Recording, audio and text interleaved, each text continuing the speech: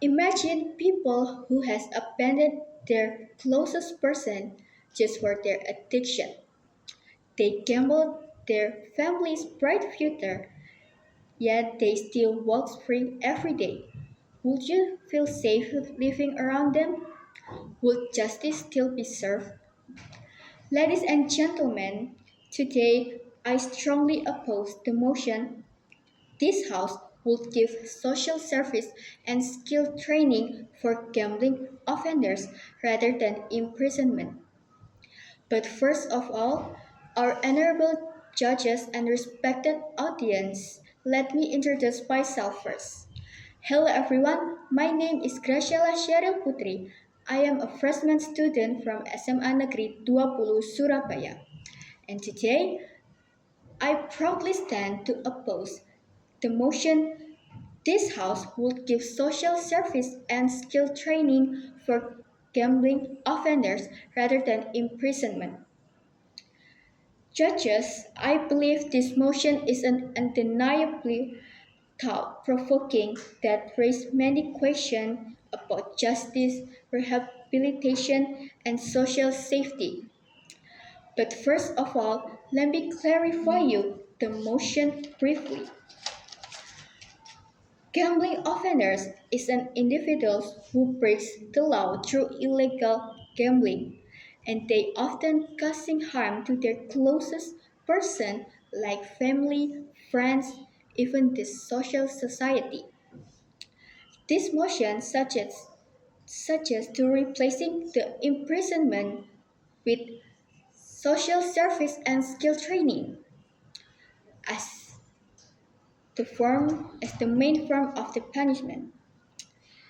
Judges, we believe that replacing imprisonment with social service and skill training sends the wrong message, underestimates the law, and fails to address the seriousness of gambling addiction. So, with that being explained, let me move to my arguments. First and foremost, imprisonment serves a form of justice and law. When someone commits a serious offense like illegal gambling, which often causes addiction, debt, and even doing anything to get some money, if we remove prison time completely and replace it with social service and skill training, we would weaken the authority of the legal system and send the wrong message that is breaking the law is not a big deal.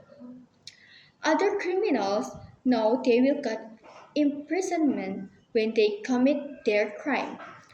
But if gambling addiction doing their crimes, they will know they will just be given some job training. So, what's stopping them from doing it again? Move on to my second argument.